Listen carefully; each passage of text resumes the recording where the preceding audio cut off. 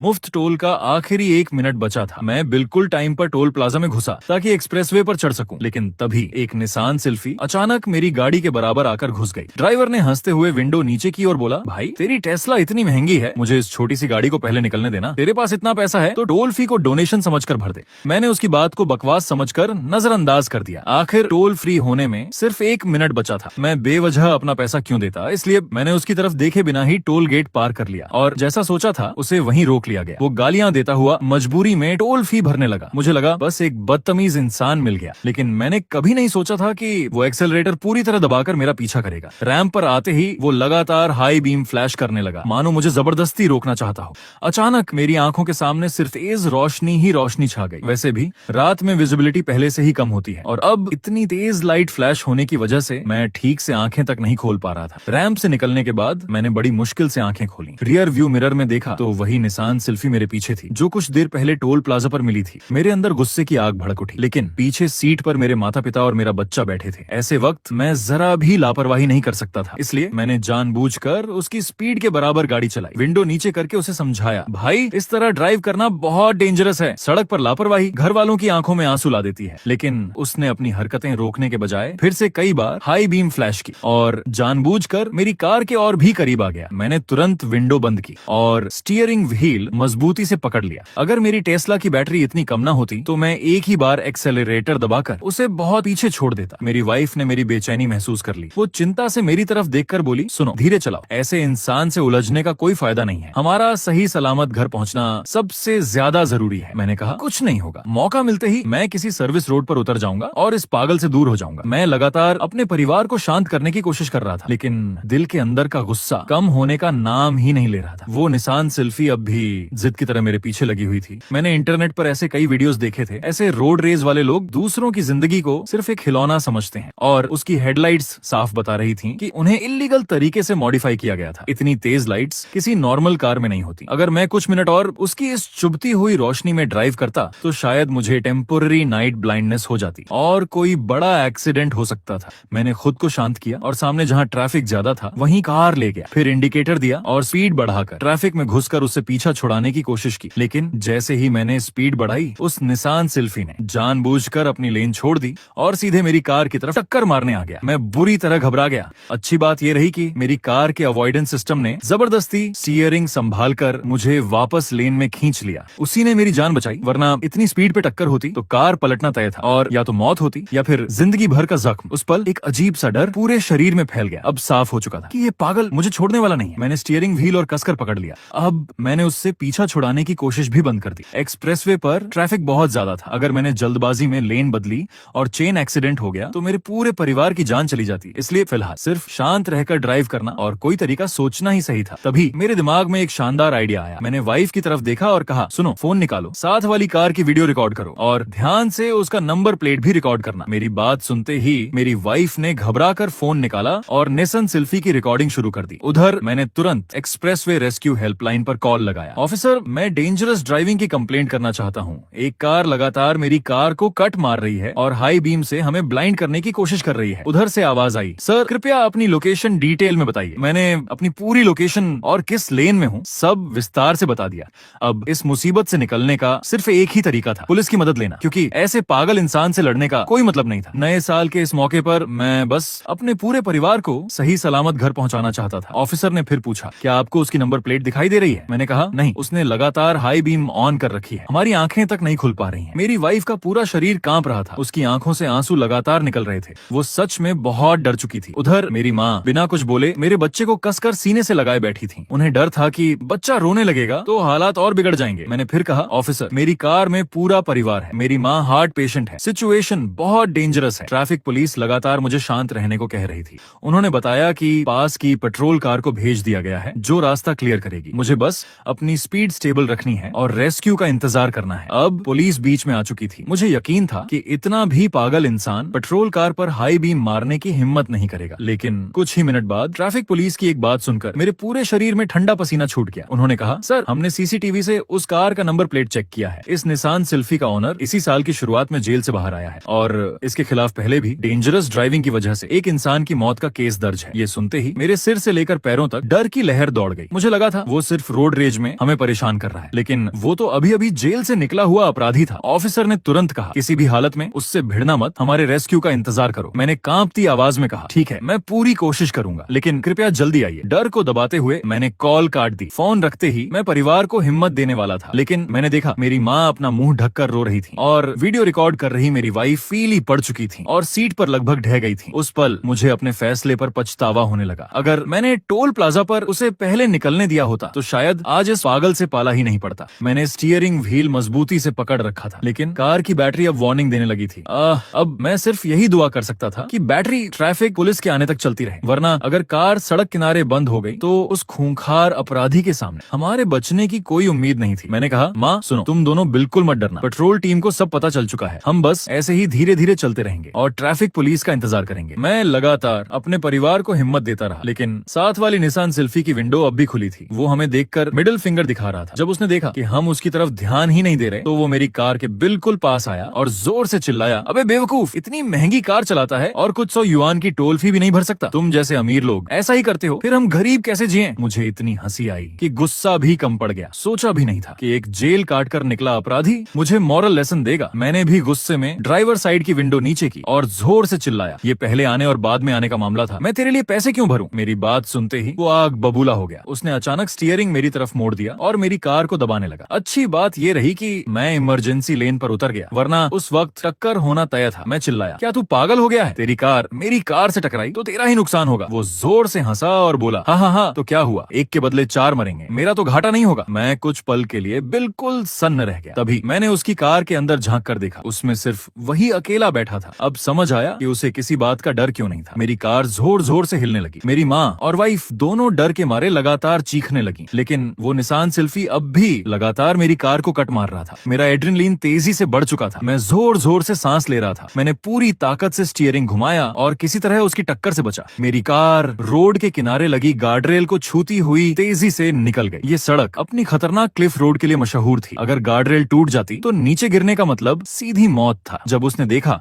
कि मैं लगातार उससे बच रहा हूँ तो उसे लगा मैं डर गया हूँ, इसलिए वो और भी ज्यादा स्पीड बढ़ाकर मेरे पीछे आ गया और फिर से रिदम के साथ लगातार हाई बीम फ्लैश करने लगा। मेरी वाइफ रोते हुए बोली, सुनो बस रहने दो, उससे पूछ लो उसे कितने पैसे चाहिए, हम उसे दे देते हैं। मैंने गहरी सांस ली। अब शायद समझौता करने के अलावा कोई रास्ता नहीं बचा था। आखिर मैं अपने पूरे परिवार की जान अपनी जिद पर दांव नहीं लगा सकता था। अगर पैसे देकर ये मुसीबत खत्म हो सकती थी तो वही सबसे आसान रास्ता था। मैंने उससे कहा, जो तुम कर रहे हो वो क्राइम है, तुम्हें जितने पैसे चाहिए मैं दे देता हूँ। मेरी बात सुनते ही वो जोर से हंस पड़ा। अब याद आई पैसे की, पहले कहाँ गया था ये अक्ल? मैंने दांत भींचते हुए पूछा, आखिर तुम्हें चाहिए कितने पैसे? उसने मेरे सवाल का कोई जवाब नहीं दिया, बल्कि जोर से चिल्लाकर बोला, अरे तेरी वाइफ तो बड़ी खूबसूरत है, छोटी, जरा मेरे साथ मेरी कार में आकर बैठना, तुझे एक बढ़िया चीज दिखाता हूँ। उसकी हर चीख मेरे शरीर का खून सीधे सिर तक चढ़ा रही थी। मैंने गुस्से से स्टीयरिंग व्हील कसकर पकड़ लिया और उस पर चिल्लाया, अपना मुंह बंद कर, तुझे जितने पैसे चाहिए मैं अभी ट्रांसफर कर देता हूँ। मैं बार बार खुद को समझा रहा था कि मुझे हर हाल में शांत रहना है। ऐसे घटिया इंसान को भड़काने का कोई फायदा नहीं था। आखिर अगर पैसे देकर मामला खत्म हो सकता था तो वही सबसे आसान रास्ता था। लेकिन जैसे ही मेरा परिवार सुरक्षित हो जाता,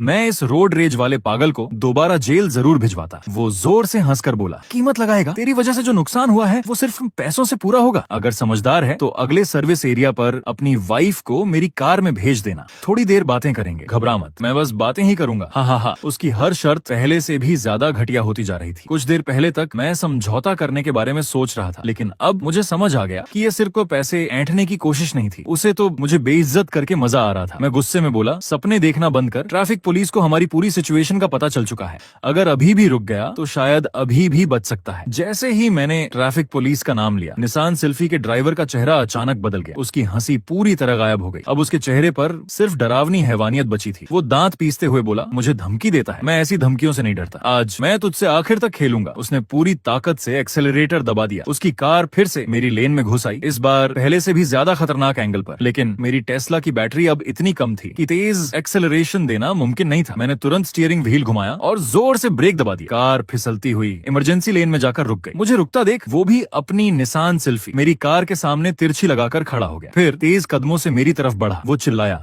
अबे बाहर निकल, इमरजेंसी ब्रेक मारकर। मुझे मारना चाहता था क्या? बाहर निकल, जल्दी निकल। उसने अपना चेहरा मेरी विंडो के बिल्कुल पास चिपका दिया। गुस्से से उसका चेहरा पूरी तरह विकृत हो चुका था। मेरी वाइफ कांपती हुई बोली, सुनो मुझे बहुत डर लग रहा है। मैंने उसे दिलासा दिया, डरो मत, जब तक हम कार के अंदर हैं, कोई हमारा कुछ नहीं बिगाड़ सकता। मैं लगातार अपने परिवार को शांत करता रहा। साथ ही मैंने तुरंत ट्रैफिक पुलिस को दोबारा कॉल लगाया। जब उसने देखा कि हम उसकी किसी बात का जवाब नहीं दे रहे तो वो और भी बुरी तरह भड़क गया। उसने पूरी ताकत से मेरी कार के डोर पर लात मारी, फिर गालियां देता हुआ अपनी निसान सिल्फी की तरफ वापस चला गया। उसी समय ट्रैफिक पुलिस का कॉल भी कनेक्ट हो गया। मैंने जल्दी से कहा, ऑफिसर मैं वही हूँ जिसने अभी कंप्लेंट की थी। उस अपराधी ने हमारी कार रोक ली है, वो बहुत वायलेंट है। आप लोग अभी कितनी दूर हैं? ऑफिसर बोले, सर हिम्मत रखिए हम। लेकिन उन्होंने अपनी बात पूरी भी नहीं की थी कि मेरी नजर फिर से उसी आदमी पर पड़ी। वो वापस मेरी तरफ आ रहा था और इस बार उसके हाथ में साफ दिखाई दे रहा था एक बेसबॉल बैट। वो पागलों की तरह हंसते हुए चिल्लाया, अरे छोटी, बहुत इंतजार कराया ना। सन क्वांग ने टूटे हुए ग्लास के किनारे से अपना हाथ अंदर घुसा दिया। कांच के टुकड़े उसके हाथों में धंस गए थे, लेकिन उसे दर्द का जरा भी एहसास नहीं हुआ। उसने पूरी ताकत से डोर लॉक पकड़ लिया। मैंने रियर व्यू मिरर में देखा, मेरी वाइफ कांपते हुए फोन से उसका हाथ मारने की कोशिश कर रही थी। मैं तुरंत चिल्लाया, नहीं उसे मत छूना, माँ और बच्चे की रक्षा करो। सन क्वांग का चेहरा खून से लथपथ था, फिर भी वो पागलों की तरह हंस रहा था। दूसरे हाथ में उसने बेसबॉल बैट पकड़ रखी थी और बार बार मेरी कार के डोर पर जोर से मार रहा था। हर वार के साथ पूरी कार हिल जाती थी। पीछे सीट पर मेरी माँ लगभग गिर चुकी थी, वो बुरी तरह हाँफ रही थी, एक हाथ से अपना सीना पकड़ रही थी। तभी सन क्वांग चिल्लाया, दरवाजा खोल, मैं 3 तक गिनूंगा, अगर नहीं खोला तो पूरी कार का रूफ उखाड़ दूंगा। मैंने इंस्ट्रूमेंट पैनल की तरफ देखा, बैटरी सिर्फ 1% बची थी। मैंने उसकी धमकी का कोई जवाब नहीं दिया, चुपचाप इलेक्ट्रॉनिक पार्किंग ब्रेक छोड़ दी और दाएं हाथ से गियर सेलेक्टर कसकर पकड़ लिया। जब सन क्वांग ने देखा कि मैं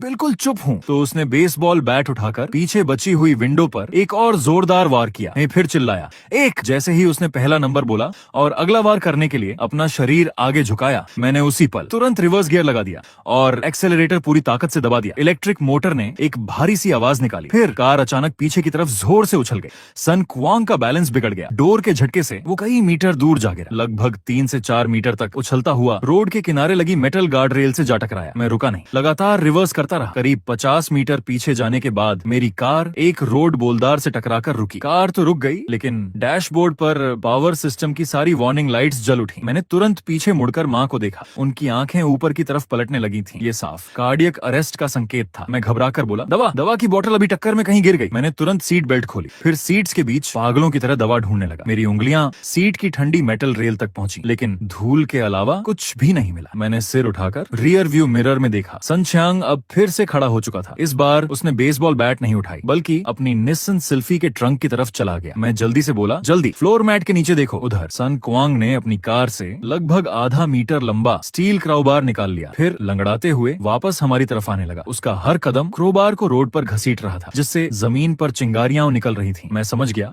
अभी जो टक्कर लगी थी उसने उसे पूरी तरह पागल बना दिया था। आखिरकार मुझे पैसेंजर सीट के नीचे वो प्लास्टिक की मेडिसिन बॉटल मिल गई, लेकिन मैं उसे ठीक से पकड़ भी नहीं पाया था कि तभी धड़ाम, सन क्वांग कार के सामने पहुंच चुका था। उसने क्राउबार पूरी ताकत से बोनेट पर दे मारा। एक ही वार में उस पर गहरा गड्ढा पड़ गया। वो चिल्लाया, भागना, अब भाग कर दिखा। लेकिन उसने विंडो तोड़ने की जल्दी नहीं की। उसने क्रोबार ड्राइवर साइड डोर की गैप में फंसा दिया, फिर दोनों पैर कार पर टिकाकर पूरी ताकत से डोर बाहर की तरफ मोड़ने लगा। मेटल के मुड़ने की डरावनी आवाज पूरे सुनसान हाईवे पर गूंज उठी। डोर का ऊपरी हिस्सा धीरे धीरे टेढ़ा होने लगा और ठंडी हवा उस गैप से अंदर आने लगी। मैंने तुरंत मेडिसिन बॉटल अपनी वाइफ को थमा दी, जल्दी माँ को दवा खिलाओ। अब डोर की गैप इतनी बड़ी हो चुकी थी कि उसमें से पूरा हाथ अंदर आ सकता था। सन क्वांग का चेहरा उसी गैप से सटा हुआ था। उसके मुंह से सिगरेट और खून की मिली जुली बदबू सीधे मेरे चेहरे पर आ रही थी। मैंने कहा, सब लोग मजबूती से बैठ जाओ। मैंने जबरदस्ती गियर को ड्राइव मोड में डाला। तुरंत डैशबोर्ड पर पावर लिमिटेड का वार्निंग मैसेज आ गया, लेकिन मैंने उसकी परवाह नहीं की। मैंने फिर से एक्सेलरेटर पूरी तरह दबा दिया। कार ऐसे आगे बढ़ने लगी जैसे कोई आखिरी सांसें लेता हुआ सैनिक मुश्किल से कदम उठा रहा हो। झटके से सन क्वांग एक पल के लिए डगमगा गया, लेकिन इस बार वो पहले से तैयार था। वो फौरन अपनी निसान सिल्फी में कूदा, इंजन जोर से गरजा और वो फिर से हमारा पीछा करने निकल पड़ा। वो मुझे ओवरटेक करने की बिल्कुल भी जल्दी में नहीं था,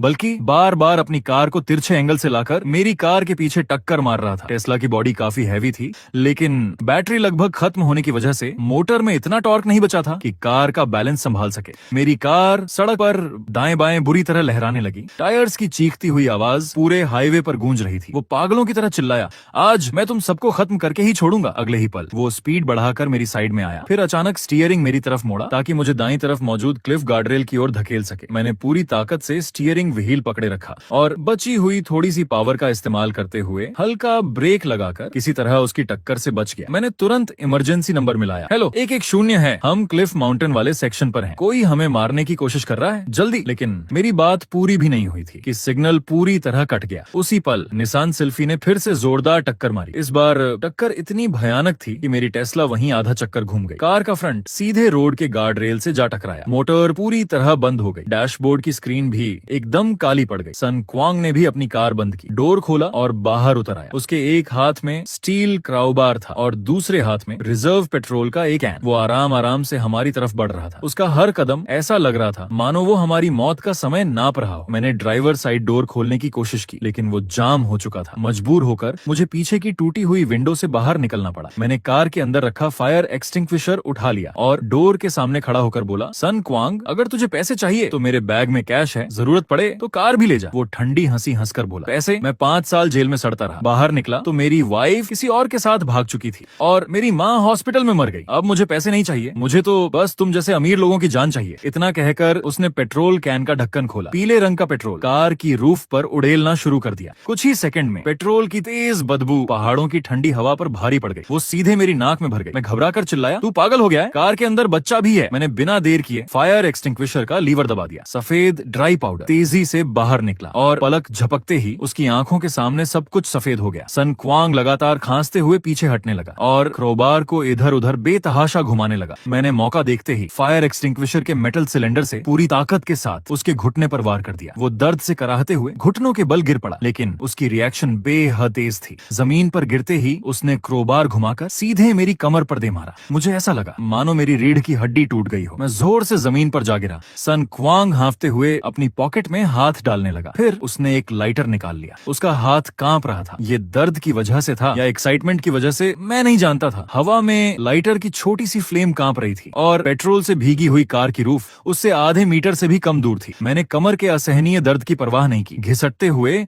सीधे उसकी तरफ झपटा और उसकी दोनों टांगों को कसकर पकड़ लिया। मैं पूरी ताकत से चिल्लाया, वाइफ, माँ को लेकर भागो, दूसरी तरफ से निकल जाओ। मेरी वाइफ मुड़ी तुड़ी राइट साइड डोर खोलने की पूरी कोशिश कर रही थी। अंदर मेरा बच्चा इतना रो चुका था कि उसकी आवाज तक बैठ गई थी। सन क्वांग गुस्से से पागल हो चुका था। वो लगातार मेरे सिर पर लातें मार रहा था। हर लत सीधे मेरी कनपटी पर लग रही थी। मेरी आंखों के सामने बार बार अंधेरा छा रहा था, लेकिन मेरे हाथ लोहे की पकड़ की तरह उसकी टांगों से चिपके हुए थे। वो दहाड़ा, भागना चाहते हो? आज यहाँ से कोई नहीं भागेगा। नीचे झुका और क्रोबार की नुकीली नोक मेरे हाथ की पीठ में घोंप दी। दर्द इतना भयानक था कि मेरा हाथ लगभग छूट ही गया, लेकिन मैं अच्छी तरह जानता था अगर मैंने उसे छोड़ दिया तो पीछे खड़ी कार कुछ ही सेकंड में आग का समंदर बन जाएगी। उसी समय जब वो दोबारा लाइटर जलाने ही वाला था, दूर टनल के एंट्रेंस से अचानक कई बेहद तेज सर्च लाइट्स चमकी। वो कोई आम हेडलाइट्स नहीं थी, बल्कि हाई पावर सर्च लाइट्स थी। अगले ही पल दूर से तेज इंजन की गूंज सुनाई दी। वो आवाज हाई स्पीड पर दौड़ती पुलिस कार्स और पुलिस मोटरसाइकिल्स की थी। लाल और नीली फ्लैश लाइट्स टनल की दीवारों पर चमक रही थी और तेजी से हमारी तरफ बढ़ती चली आ रही थी। सन छियांग कुछ पल के लिए जम गया। उसने पलटकर रोशनी की तरफ देखा। मैंने उसी मौके का फायदा उठाया, पूरी ताकत जुटाकर जमीन से एक बड़ा पत्थर उठाया और सीधे उसके लाइटर वाले हाथ पर दे मारा। पत्थर सीधे उसके हाथ की पीठ पर लगा। वो दर्द से चीख उठा। उसके हाथ से लाइटर उछलकर एक आर्क बनाता हुआ कार के व्हील से आधे मीटर दूर जा गिरा। फ्लेम तुरंत बुझ गई। वो सस्ता प्लास्टिक लाइटर था। जमीन पर गिरते ही उससे तेज आवाज आई। सन क्वांग पागलों की तरह दहाड़ा, मैं तुझे मार डालूंगा। अगले ही पल वो पूरे शरीर से मुझ पर टूट पड़ा। उसका 200 किलो से ज्यादा वजन, ऐसा लग रहा था मानो कोई पहाड़ मेरे ऊपर गिर पड़ा हो। मेरी पसलियां चरमराने लगी। मेरे फेफड़ों की सारी हवा एक झटके में बाहर निकल गई। लेकिन उसने लाइटर उठाने की कोशिश नहीं की। उसने दोनों हाथों से सीधे मेरा गला दबा दिया। मैं तड़पते हुए बोला, छोड़ छोड़। मेरी नजर धुंधली होने लगी। मेरे हाथ बेतरतीब ढंग से जमीन टटोल रहे थे। मेरे नाखूनों में मिट्टी और छोटे छोटे पत्थर भर गए थे। मुझे वही फायर एक्सटिंग्विशर फिर से मिल गया, लेकिन मेरे शरीर में इतनी ताकत नहीं बची थी कि उसे उठा सकूं। सन क्वांग का चेहरा मेरे चेहरे से कुछ ही सेंटीमीटर दूर था। उसकी थूक सीधे मेरे चेहरे पर गिर रही थी। उसकी आंखों में सिर्फ बर्बादी का पागलपन था। वो गुर्राया, तेरे पास बहुत पैसा है ना, बहुत बड़ी कार चलाता है ना, आज हम दोनों यहीं राख बनेंगे। मेरे गले पर उसकी पकड़ लगातार मजबूत होती जा रही थी।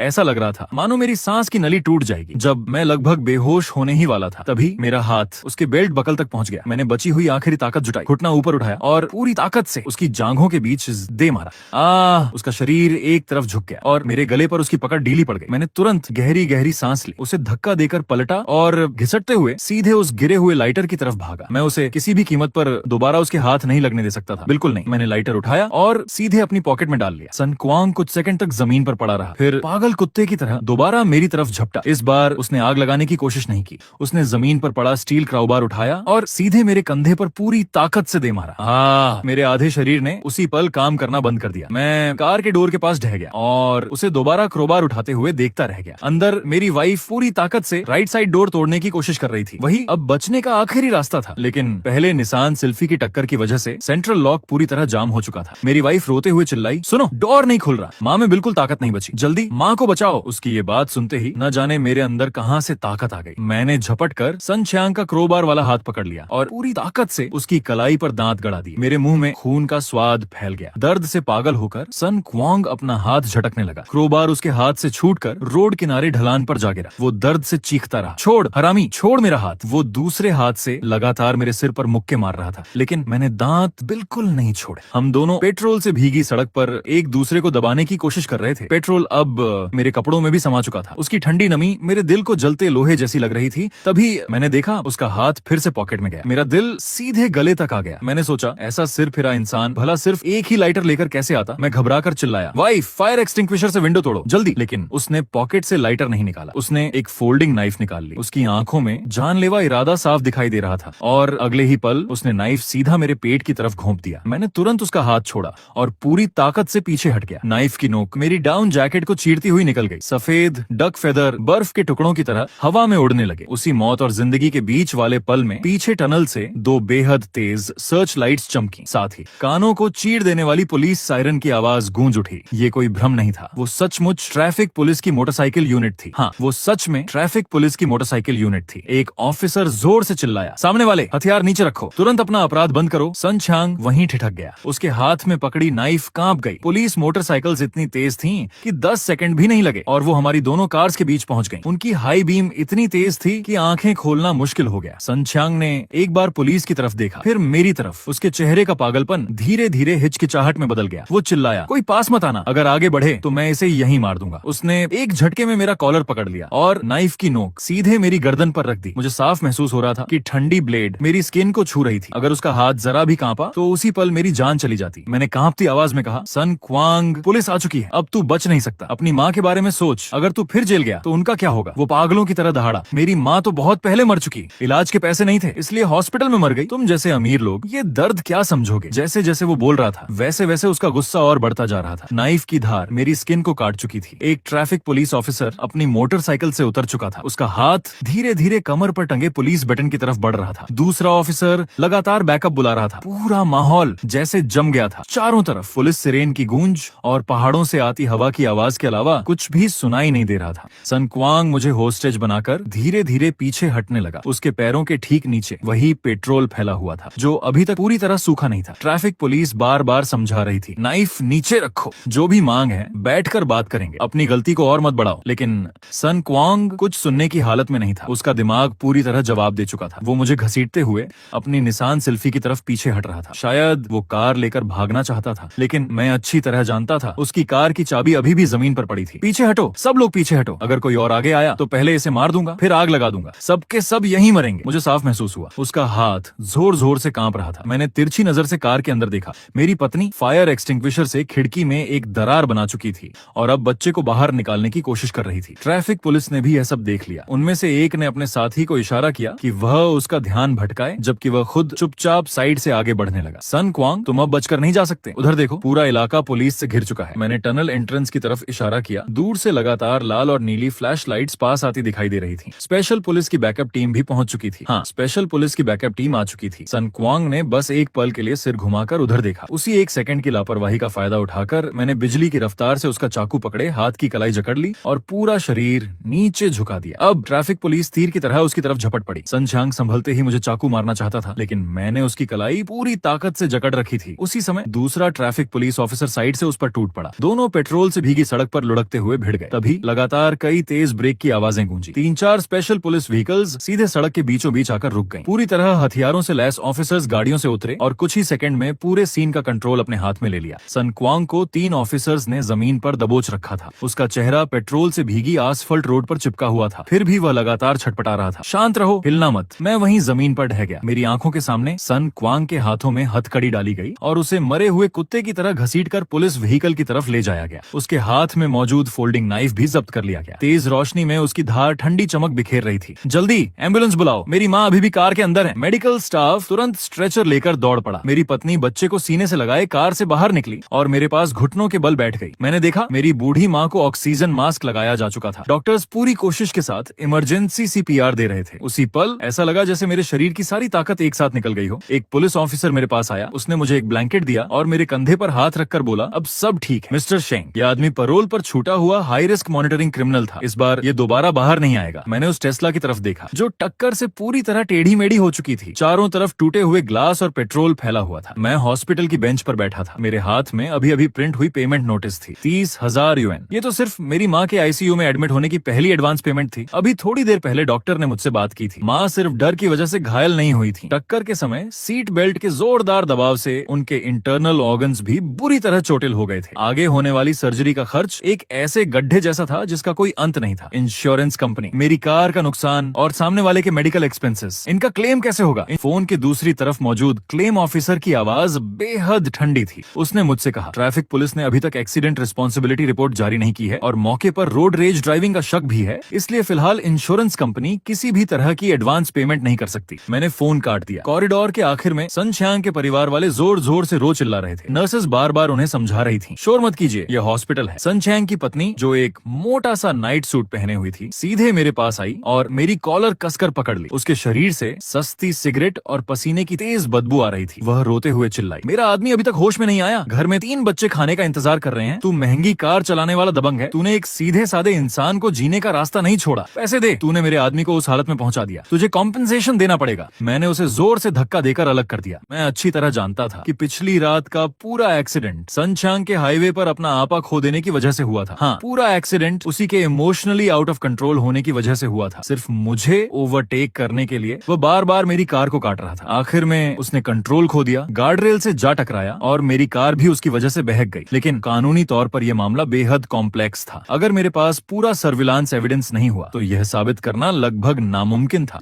कि मैं पूरी तरह बेगुनाह और सिर्फ विक्टिम था। मैं ट्रैफिक पुलिस डिपार्टमेंट पहुंचा। मैं एक्सीडेंट साइट से बरामद हुई चीजें देखना चाहता था। इन्वेस्टिगेटिंग ऑफिसर ने एक ट्रांसपेरेंट प्लास्टिक बैग मेरे सामने रख दिया। उसके अंदर मेरा डैश कैम रखा था। उसका आउटर कवर पूरी तरह जल चुका था। प्लास्टिक पिघलकर एक ढेले जैसा बन गया था। ऑफिसर बोला, मिस्टर शेंग, आपका डैश कैम आग में बुरी तरह डैमेज हो गया। हमने डेटा रिकवर करने की कोशिश की, लेकिन सर्किट बोर्ड पूरी तरह जल चुका है। तो रोड मॉनिटरिंग कैमरा का क्या? टनल वाले हिस्से का CCTV तो होगा। ऑफिसर ने बेबसी से सिर हिलाया। बहुत दुर्भाग्य की बात है, उस हिस्से में ऑप्टिकल केबल मेंटेनेंस चल रही थी, इसलिए पिछली रात वहाँ का मॉनिटरिंग सिस्टम रिकॉर्डिंग ही नहीं कर पाया। अभी की स्थिति यह है कि पीछे चल रही गाड़ियों के विटनेस स्टेटमेंट्स आपके खिलाफ जा रहे हैं। हाँ, विटनेस स्टेटमेंट्स आपके खिलाफ हैं। कई लोगों ने बताया है कि एक्सीडेंट से कुछ किलोमीटर पहले आपकी कार और सनशांग की कार कई बार लेन चेंज करते हुए एक दूसरे को रास्ता नहीं दे रही थी। मेरा सीना अचानक भारी हो गया। वह मुझे बार बार काट रहा था और मैं सिर्फ बचने की कोशिश कर रहा था। लेकिन जो लोग दूर से ये सब देख रहे थे, उनकी नजर में हाईवे पर तेज रफ्तार से भागती और एक दूसरे से बचती 2 कार्स साफ तौर पर रोड रेज ड्राइविंग ही लग रही थी। मैं ट्रैफिक पुलिस डिपार्टमेंट से बाहर निकला। तेज धूप आंखों में चुभ रही थी।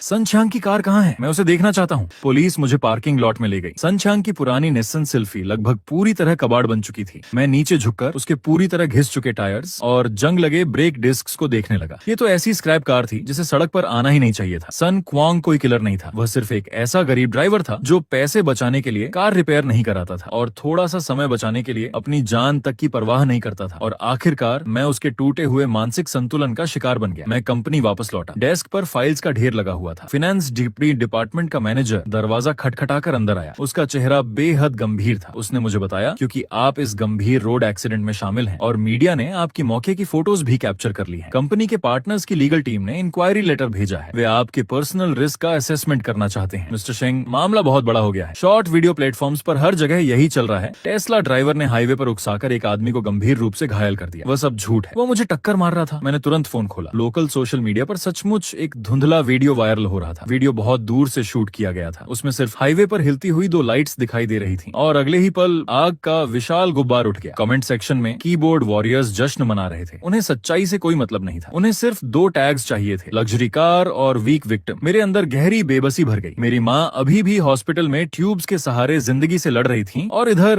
कंपनी की रेपुटेशन भी खतरे में पड़ चुकी थी। हाँ, मेरी माँ हॉस्पिटल में थी और कंपनी की रेपुटेशन लगातार गिर रही थी। मैंने कॉन्टैक्ट्स खोले। सोचा कुछ पुराने क्लाइंट्स को फोन करके हालात समझा दूं, लेकिन या तो उनके फोन बिजी थे या फिर बात करते हुए उनकी आवाज साफ बता रही थी कि वे अब मुझसे दूरी बनाना चाहते हैं। यही असली दुनिया है। जब तक सब कुछ अच्छा चलता है, हर कोई दोस्त बन जाता है, लेकिन जैसे ही इंसान मुसीबत में फंसता रास्ता है, हर कोई डरता है कि कहीं उस पर भी कीचड़ न उछल जाए। मैं थक कर कुर्सी पर ढह गया। यहाँ कोई साजिश नहीं थी, कोई पहले से बनाया गया प्लान भी नहीं था, बस एक आम इंसान जो बेहद ज्यादा दबाव के नीचे आखिरकार टूट गया था। सन क्वांग टूट चुका था, उसने सुसाइड ड्राइविंग का रास्ता चुना और मैं खुद भी टूटने की कगार पर पहुंच चुका था। जब मैं हॉस्पिटल वापस पहुंचा और सर तो वार्ड के बाहर कुछ लोग सूट पहने खड़े थे। वे कोई किलर नहीं थे, वे सन चांग द्वारा रखे गए लॉयर्स थे। उनमें सबसे आगे खड़े लॉयर ने अपना चश्मा ठीक किया और मुझे सिविल लॉ सूट ड्राफ्ट थमा दिया। मिस्टर सन चांग इस समय गहरे कोमा में है। उनका परिवार आपके खिलाफ केस करने की तैयारी कर रहा है। मैं तो सिर्फ उसकी टक्कर से बचने के लिए स्पीड बढ़ा रहा था। लॉयर ने शांत स्वर में कहा, इसके लिए एविडेंस चाहिए। अगर पर्याप्त एविडेंस नहीं मिला तो रोड ट्रैफिक सेफ्टी लॉ के अनुसार जिस पक्ष पर ज्यादा अवॉइडेंस रिस्पॉन्सिबिलिटी होती है उसके तौर पर आपको बहुत भारी कॉम्पेंसेशन देना पड़ेगा। हाँ, ज्यादा अवॉइडेंस रिस्पॉन्सिबिलिटी आपकी मानी जाएगी और आपको बहुत बड़ा कॉम्पेंसेशन देना पड़ सकता है। सन परिवार ने और कुल 20 लाख युआन की कॉम्पेंसेशन की मांग रखी, जिसमें शामिल थे मेडिकल एक्सपेंसेस, इनकम लॉस और आगे की डिसेबिलिटी कॉम्पेंसेशन। 20 लाख युआन मेरे लिए ये कोई आसमान छूने वाली रकम नहीं थी, लेकिन इतनी जरूर थी कि मेरी सारी लिक्विड सेविंग्स खत्म हो जाती। मेरी माँ के आगे के रिहेबिलिटेशन के लिए भी बहुत सारे पैसों की जरूरत थी। मैं उस लॉ सूट ड्राफ्ट को देखता रह गया। मेरे हाथ हल्के हल्के कांप रहे थे। ये कोई फिल्म वाला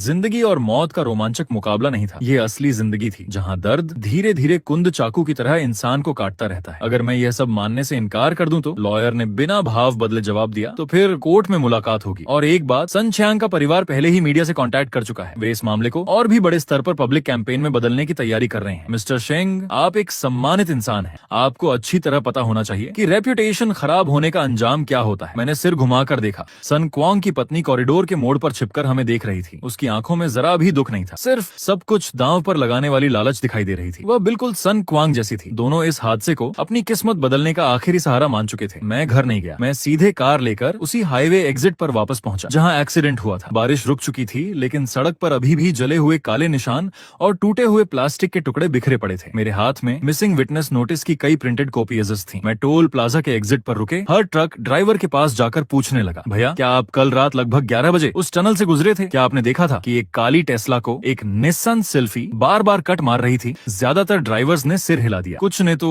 अपनी खिड़की तक खोलना जरूरी नहीं समझा। चलते चलते मेरे पैरों में सुन्नपन आ गया। मेरे लेदर शूज कीचड़ और बारिश के पानी से भर चुके थे। जब मैं लगभग हार मान चुका था, तभी एक अनुभवी ट्रक ड्राइवर जो अपने टायर्स पर पानी डालकर उन्हें ठंडा कर रहा था, मुझे आवाज देकर बोला, बेटा मैं कल रात वहीं था, हो सकता है मेरे डैश कैम में कुछ रिकॉर्ड हुआ हो। मेरे लिए यह डूबते को तिनके का सहारा मिल जाने जैसा था। मैं तुरंत उसकी तरफ दौड़ पड़ा। वह मुझे ट्रक के केबिन में ले गया। उसने पिछली रात की रिकॉर्डिंग खोल दी। भले ही दूरी बहुत ज्यादा थी, लेकिन वीडियो में साफ दिखाई दे रहा था कि सन क्वांग की निसान सिल्फी खाली हाईवे पर अचानक कैसे स्नेक ड्राइविंग करने लगी, कैसे वह पागलों की तरह बार बार मेरी लेन में घुस रही थी, और आखिर में उसने वह जानलेवा स्टीयरिंग टर्न कैसे लिया। भैया प्लीज ये वीडियो मुझे कॉपी करके दे दीजिए। बुजुर्ग ड्राइवर ने गहरी सांस ली। मैं भी ड्राइवर हूँ। ऐसी जान की परवाह न करने वाली ड्राइविंग से मुझे सबसे ज्यादा नफरत है। उसने मेमोरी कार्ड निकालकर मेरे हाथ में रख दिया। मैंने उस छोटी सी कार्ड को कसकर पकड़ लिया। मेरी आंखों से आंसू लगभग निकल ही पड़े थे। न कोई साजिश थी, न कोई बड़ा ट्विस्ट, यही असल सच्चाई थी। सन क्वांग अपनी नाकाम जिंदगी का गुस्सा हाईवे पर अजनबियों पर निकाल रहा था, और आखिर में उसने दूसरे लोगों की जिंदगी भी बर्बाद कर दी और अपनी भी। अब कानून को फैसला करने का समय आ गया था। मैं कॉरिडोर में खड़ा था। फोरेंसिक डिपार्टमेंट के रूम के अंदर सबसे अहम वीडियो एनालिसिस चल रहा था। बुजुर्ग ड्राइवर द्वारा दिया गया dash cam memory card technical police team को सौंप दिया गया था। मैं पूरे 2 घंटे तक बाहर इंतजार करता रहा। एशट्रे पूरी तरह सिगरेट बट से भर चुकी थी। आखिरकार दरवाजा खुला। एक पुलिस ऑफिसर जिसने सफेद ग्लव्स पहन रखे थे, हाथ में रिपोर्ट लेकर बाहर आया और मुझे अंदर आने का इशारा किया। मिस्टर शेंग, वीडियो एग्जामिनेशन की रिपोर्ट आ चुकी है। हमने पीछे चल रहे ट्रक के डैश कैम वीडियो का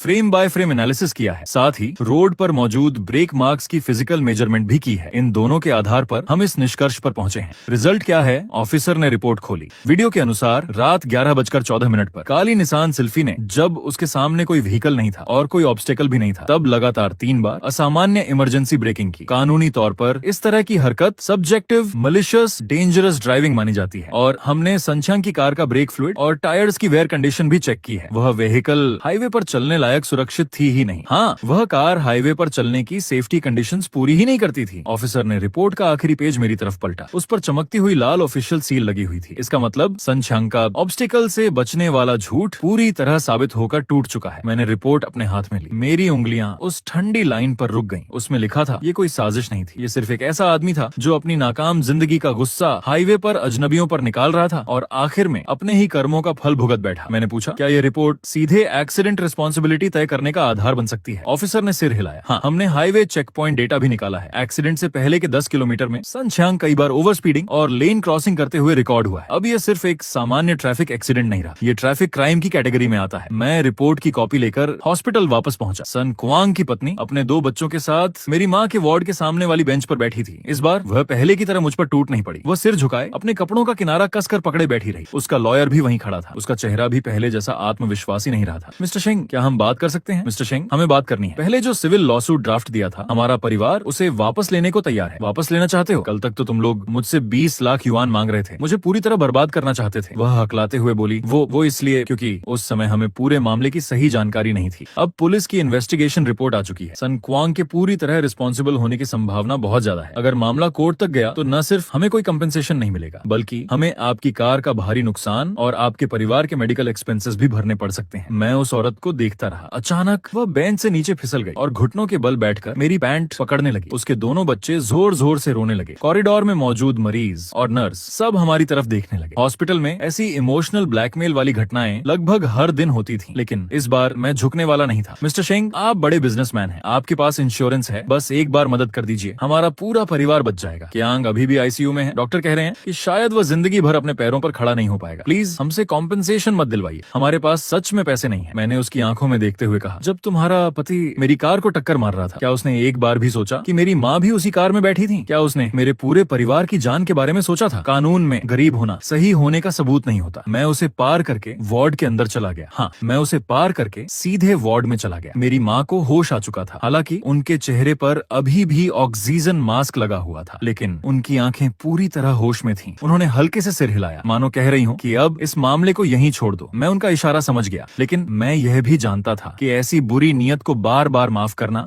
असल विक्टिम्स के साथ अन्याय होगा। मीडिएशन रूम में कई लोग बैठे थे। मैं इंश्योरेंस कंपनी का क्लेम ऑफिसर, सन क्वांग का लॉयर और बिल्कुल टूट चुकी सन क्वांग की पत्नी। इन्वेस्टिगेटिंग ऑफिसर ने मेज पर हल्के से दस्तक दी। उसने 2 official road traffic accident responsibility determination reports खोलकर सामने रख दी। ट्रैफिक पुलिस टेक्निकल इन्वेस्टिगेशन की फाइनल कंक्लूजन में लिखा था, इस एक्सीडेंट में व्हीकल ANXXX के ड्राइवर सन छियांग ने जानबूझकर बार बार कट मारकर डेंजरस ड्राइविंग की और उसकी व्हीकल सेफ्टी कंडीशन भी नियमों के अनुरूप नहीं थी। इसलिए एक्सीडेंट की पूरी जिम्मेदारी उसी की है। ड्राइवर शेंगलिन ने इमरजेंसी अवॉइडेंस एक्शन लिया था। उसकी तरफ से कोई ट्रैफिक वायलेशन नहीं हुआ, इसलिए उस पर किसी भी प्रकार की रिस्पॉन्सिबिलिटी नहीं बनती। हाँ, कोई ट्रैफिक वायलेशन नहीं और उस पर कोई रिस्पॉन्सिबिलिटी नहीं। ये सुनते ही सन छियांग की पत्नी का पूरा शरीर जैसे ढीला पड़ गया। वह ऐसे कुर्सी पर गिर गई मानो उसकी रीढ़ की हड्डी ही निकल गई हो। पूरी जिम्मेदारी, ये 2 शब्द हजारों टन वजन से भी भारी थे। इसका मतलब था सन क्वांग के सारे मेडिकल एक्सपेंसेस अब उसे खुद उठाने होंगे और मेरी लाखों युआन की टेस्ला को जो नुकसान हुआ था उसकी पूरी कॉम्पेंसेशन भी उन्हीं को देनी पड़ेगी। इंश्योरेंस कंपनी के क्लेम ऑफिसर ने कहा, मिस्टर सिंह, अब जबकि सामने वाले की फुल रिस्पॉन्सिबिलिटी साबित हो चुकी है, हमारी कंपनी सबरोगेशन क्लेम प्रोसीजर शुरू करेगी। हम पहले आपकी कार रिपेयर कॉस्ट और आपकी माँ के मेडिकल एक्सपेंसेस पे करेंगे। उसके बाद हमारी लीगल टीम सन क्वांग के परिवार से पूरी रकम रिकवर करेगी। ठीक है, प्रोसीजर के अनुसार ही कीजिए। मैंने बिना झिझक अपने साइन कर दिए। सन क्वांग के लॉयर ने गहरी सांस ली और चुपचाप अपनी फाइल्स समेट ली। उसे अच्छी तरह समझ आ चुका था कि अब ये केस लड़ना नामुमकिन है। सन परिवार सिर्फ मुकदमा ही नहीं हारा था, बल्कि आने वाले कई दशकों की आर्थिक सुरक्षा भी खो चुका था। मैं मीडिएशन रूम से बाहर निकला। खिड़की के बाहर गाड़ियों का अंतहीन ट्रैफिक लगातार आगे बढ़ रहा था। हर इंसान अपनी जिंदगी के लिए भाग दौड़ कर रहा था, लेकिन अगर इंसान अपनी बॉटम लाइन खो दे तो यह भाग दौड़ सीधे बर्बादी में बदल जाती है। मैं कंपनी वापस पहुंचा। सबसे पहला काम, मैंने लीगल डिपार्टमेंट और ऑडिट डिपार्टमेंट की इमरजेंसी मीटिंग बुला ली। वांग वेई मीटिंग टेबल के सबसे आखिरी कोने में बैठा था। उसका महंगा सूट आज पूरी तरह सिकुड़ा हुआ लग रहा था। वह लगातार मेरी नजरों से बचने की कोशिश कर रहा था, लेकिन मैंने सीधे ट्रैफिक पुलिस की रिस्पॉन्सिबिलिटी रिपोर्ट उठाई और टेबल के बीचों बीच फेंक दी। मिस्टर वांग, कुछ दिन पहले आप मेरे तथाकथित पर्सनल रिस्क की बात कर रहे थे। अब इस विषय पर अपना मुंह बंद रखिए। वांग वेई तुरंत बोला, शेंगलिन, मैंने जो कहा था वह कंपनी के हित के लिए कहा था। उस समय सच्चाई साफ नहीं थी। मैंने ठंडे स्वर में जवाब दिया, सच्चाई साफ न होना किसी की मुसीबत का फायदा उठाने का बहाना नहीं बन सकता। मैंने ऑडिट डिपार्टमेंट की तरफ देखा। मेरा आदेश है पिछले 3 सालों के सभी लॉजिस्टिक्स सप्लायर्स के कॉन्ट्रैक्ट्स की दोबारा ऑडिट की जाए। मुझे पता चला है कि नौकरी से निकाले जाने के बाद भी सन क्वांग व्हीकल वियर अलाउंस के नाम पर कंपनी के लॉजिस्टिक्स डिपार्टमेंट से लगातार पैसे लेता रहा। मैंने सीधे वांग वेई की तरफ देखा। मिस्टर वांग, जरा एक्सप्लेन करेंगे कि जिसे कंपनी ने निकाल दिया वही अब तक कंपनी की सब्सिडी कैसे ले रहा था? पूरे मीटिंग रूम में सन्नाटा छा गया। वांग वेई के माथे पर पसीने की बारीक बूंदें उभर आईं। ये कोई बहुत बड़ी साजिश नहीं थी। बस वांग वेई अपने अधिकार का दुरुपयोग करके लंबे समय से कंपनी का पैसा निकाल रहा था और उसी पैसे से कुछ असामाजिक लोगों को अपने निजी कामों के लिए इस्तेमाल करता था। सन क्वांग उन्हीं लोगों में से सिर्फ एक था। मैंने शांत स्वर में कहा, सारे एविडेंस मैं पहले ही कंपनी बोर्ड को सौंप चुका हूँ मिस्टर वांग। अब आपके पास सिर्फ दो रास्ते हैं, या तो खुद इस्तीफा दे दीजिए या फिर लीगल डिपार्टमेंट का सामना कीजिए जो आप पर पोजीशन अब्यूज और कॉर्पोरेट फंड एम्बेजलमेंट का मुकदमा करेगा। वांग वेई ने मुंह खोला, लेकिन उसके पास कहने के लिए एक शब्द भी नहीं था। वह पूरी तरह टूटकर कुर्सी पर ढह गया। उसकी आंखों की चमक पूरी तरह गायब हो चुकी थी। उसे हमेशा लगता था कि वह सब कुछ कंट्रोल कर सकता है, लेकिन वह यह भूल गया था कि मॉडर्न कॉर्पोरेट मैनेजमेंट में हर ट्रांजैक्शन का रिकॉर्ड मौजूद होता है। मुझे कंपनी से हटाने के लिए उसने सन क्वांग जैसे अस्थिर इंसान का इस्तेमाल किया, लेकिन आखिरकार उसी की फेंकी हुई बूमरैंग उसी के पास लौट आई। मेरी माँ व्हील चेयर पर बैठी थी। उनके घुटनों पर मोटी ब्लैंकेट रखी हुई थी। धूप हरी ग्रास पर बिखरी हुई थी। दूर कुछ बच्चे खेलते हुए एक दूसरे के पीछे भाग रहे थे। 1 महीने के ट्रीटमेंट के बाद अब वह धीरे धीरे चलने की बेसिक ट्रेनिंग कर पा रही थी। मैं उनकी व्हीलचेयर धीरे धीरे पेड़ों से घिरे रास्ते पर आगे बढ़ा रहा था। माँ, डॉक्टर ने कहा है कि 2 हफ्तों बाद आप घर वापस जा सकती। माँ ने हल्के से सिर हिलाया, फिर न्यूज़पेपर में छपी एक न्यूज की तरफ इशारा किया। वह न्यूज थी पूरे शहर में शुरू हुए road rage special enforcement campaign के बारे में। उस एक्सीडेंट के बाद क्योंकि इस मामले पर समाज का बहुत ज्यादा ध्यान गया था, इसलिए संबंधित डिपार्टमेंट्स ने हाईवे पर डेंजरस ड्राइविंग के खिलाफ और भी सख्त कार्रवाई शुरू कर दी थी। सन क्वांग पिछले हफ्ते हॉस्पिटल में मल्टीपल ऑर्गन फेलियर की वजह से मर गया। उसका परिवार आखिर तक ज्यादा कंपेंसेशन भी नहीं दे पाया। इंश्योरेंस कंपनी की पूरी प्रोसेस पूरी हो चुकी थी। बाकी जो रकम बची उसे वसूलने के लिए मैंने अपनी लीगल टीम को उनके पीछे नहीं लगाया। सन क्वांग की पत्नी शहर वाला अपार्टमेंट बेचकर अपने बच्चों के साथ गांव वापस चली गई। वह फुल रिस्पॉन्सिबिलिटी रिपोर्ट उस परिवार पर जिंदगी भर का साया बनकर रह गई। मुझे बदला लेने की कोई खुशी नहीं हुई, सिर्फ गहरा दुख महसूस हुआ। अगर उस रात सन क्वांग बस थोड़ा सा अपने गुस्से पर कंट्रोल कर लेता, अगर उसे इंसानी जिंदगी की थोड़ी सी भी कद्र होती, तो ये सब कभी नहीं होता। मैंने व्हील चेयर रोक दी, दूर क्षितिज की तरफ देखने लगा। मेरी टेस्ला पूरी तरह रिपेयर हो चुकी थी, लेकिन मैंने उसे बेच दिया और उसकी जगह ज्यादा स्पेस वाली बिजनेस एमपीवी खरीद ली। अब मुझे तेज एक्सेलरेशन का शौक नहीं रहा, न ही ओवरटेक करने के लिए 1-2 सेकंड बचाने की जिद रही। मैं मुस्कुराया, माँ चलो घर चलते हैं। जिंदगी धीरे धीरे फिर से अपनी सही राह पर लौट आई। कंपनी के अंदर की साजिशें वांग वेई के जाने के साथ ही खत्म हो गई और हमारे परिवार पर आया संकट भी कानून और ठोस एविडेंस के सामने आखिरकार मिट गया। मैंने गाड़ी स्टार्ट की, धीरे धीरे उसे ट्रैफिक में मिला दिया। सफर अभी बहुत लंबा था और अब मैंने सीख लिया था कि जिंदगी की सड़क पर धीरे चलना ही सबसे सेफ होता है।